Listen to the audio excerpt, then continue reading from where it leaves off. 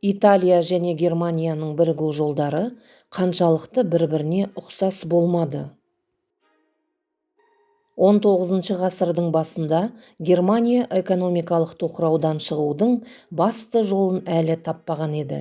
Басты себептердің бірі елдің саяси бытыраңқылығында болды. 1815 жылы маусымда Вена конгресінің актісімен Герман одағы құрылды.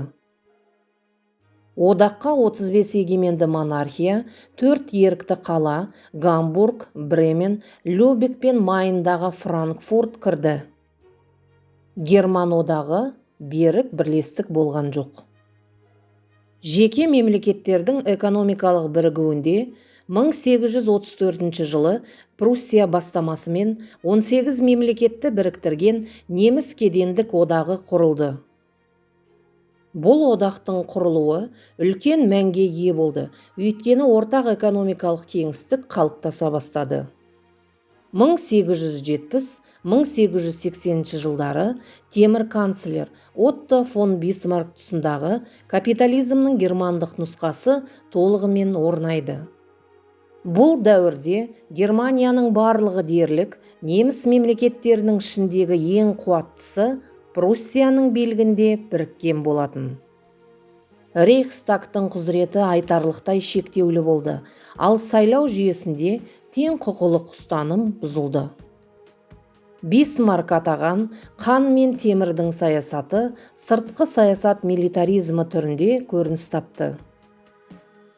19 ғасырда Германияда бірнеше ірі партиялар қалыптасты. Олардың ішінде Шығыс Пруссия, Бранденбург, Померания юнкерлігінің, сондай-ақ прустық офицерліктің, лютерандық дінбасылардың және ауқатты шаруалардың мүддесін танытқан консервативтік партия болды. 1848 жылы Берлин және Мюнхен көшелерінде баррикадалар басталды. Көтерілісшілер конституцияның қабылдануын, жалпы германдық парламенттің шақырылуын талап етті. Императорлық тақ пен атқарушы билік басшылығы Пруссия королі 4 Фридрих Вильгельмге ұсынылды. Бірақ 4 Вильгельм тәжден бас тартып, конституцияны жоққа шығарды. Вена конгресінің шешімі бойынша Италия бірнеше мемлекеттерге бөлініп кетті. Оның аумағын Неаполитандық корольдық, Папа облысы, Тоскана, Модена, Парма, Лукка және Сардин корольдігі өз аралдарында бөліп алды. Елдің солтүстік шығысы Ломбардо-Венециандық корольдікті Австрияға қосты. Италияда феодалдық, дворяндық және католиктік дінбасылар үстемдік етті. Елдің саяси бірігуі және ескі тәртіпті жоюы экономика дамуының негізгі шарты болды. Наполеондық соғыстар Италияда ұлттық қозғалыстардың күшеюіне түрткі болды. Вена конгресінің шешімі бойынша солтүстік Италияның 2 облысы Ломбардия және Венеция Австрияға берілді. Бұл елдің бірігуіне кедергі туғызды. 1831 жылы Джузеппе Мадзини елді азат ету және біріктірудегі күрес үшін жас Италия ұйымын құрды. Оған Джузеппе Гарибальдиді шақырды.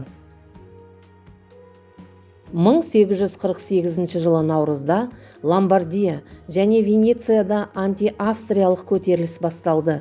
Милан тұрғындары фельдмаршал Иоганн Йосиф Радецкий басқарған әскерді талқандады. Италияда еріктілер жасақтары құрыла бастады. Олардың бірін ұлт қаһарманы Джузеппе Гарибальди басқарды. Европаның көптеген елдері үшін ортақ мәселе капитализмнің дамуын тежеген феодалдық абсолюттік тәртіпті жою болды. 1848-1849 жылдардағы революциялық қозғалыстар Батыс Европаның елдеріне жеңіс әкелді. Кейбір елдердегі ескілікті бұзды, капитализмнің орнауына және әрі қарай дамуына, халықтың ұйымшылдығына себеп болды.